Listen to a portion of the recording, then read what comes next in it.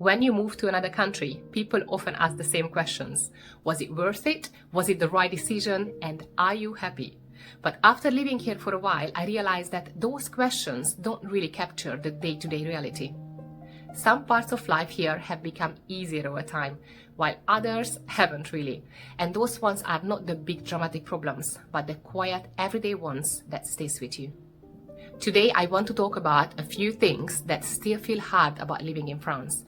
Not because I regret the move, and not because I think it's a bad place to live, but because these are the parts that don't usually make it into moving abroad conversations. Bonjour, and welcome back to Simple Life in the South of France. If you are new here, I'm Gabi, and I've been living in the Languedoc region of France just over a year now. I moved here with my husband, 2 little kiddies, and a doggy. And today, I want to talk about a few things that can still feel difficult about living here, even after a year.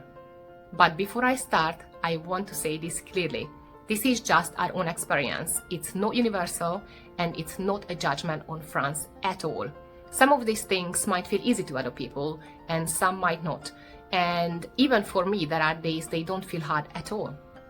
But these are the parts that still take energy, the things I still notice, or the things I still have to consciously navigate. So, with that said, let's get into it. One of the biggest things that still feel difficult is the pace. Life here moves more slowly. And in many ways, that's a good thing. That's one of the reasons why many people, including us, are drawn to France in the first place. But adjusting to that slowness isn't always easy. Things take time. Replies take time. Decisions take time. And often, there is no clear timeline for when something will move forward. At the beginning, I found that incredibly frustrating. And to be honest, I still do sometimes. You send an email and you hear nothing. You make a request and wait. You are told that it will take a little while, but without really knowing what does that mean. But over time, I learned that pushing doesn't really help. Constantly follow up will not speed things up, and getting stressed about it will not change the outcome. But accepting that pace emotionally still takes effort. Some days it feels calm. Other days, it feels like everything is on pause while life keeps moving. And learning to live inside that tension is still something I'm adjusting to, even now.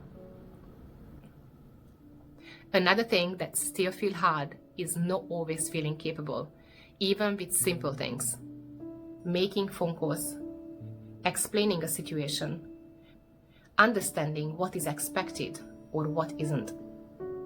There are days when I think, oh, I can do this, I've got this. But there are other days when something very small suddenly knocks that confidence completely. And it's not dramatic, but it's very tiring. I have been through something similar when I moved from Hungary to England. The language barrier was hard at the time as well, but this feels different. It's not just about language. It's about navigating systems, social cues, and expectations that aren't yours, while also being responsible for 2 very small humans. Not knowing if you are asking the right questions. Not knowing if you are missing something obvious. Not knowing if something is complicated or if you are just not understanding it yet. Those constant low-level efforts adds up, and on days when you're already feeling tired, they feel heavier than they should.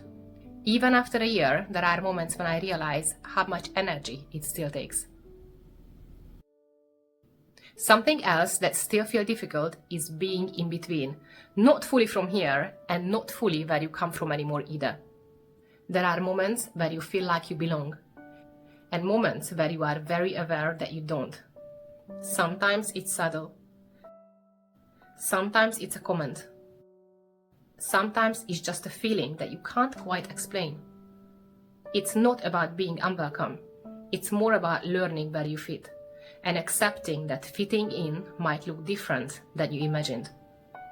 You start to realize that you are building a life that doesn't fully match either culture. And that can feel confusing, especially when you didn't expect this part of it.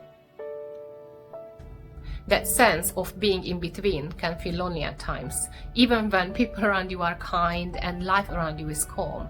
It's a quiet kind of loneliness, I guess. It's not obvious, but it's definitely present.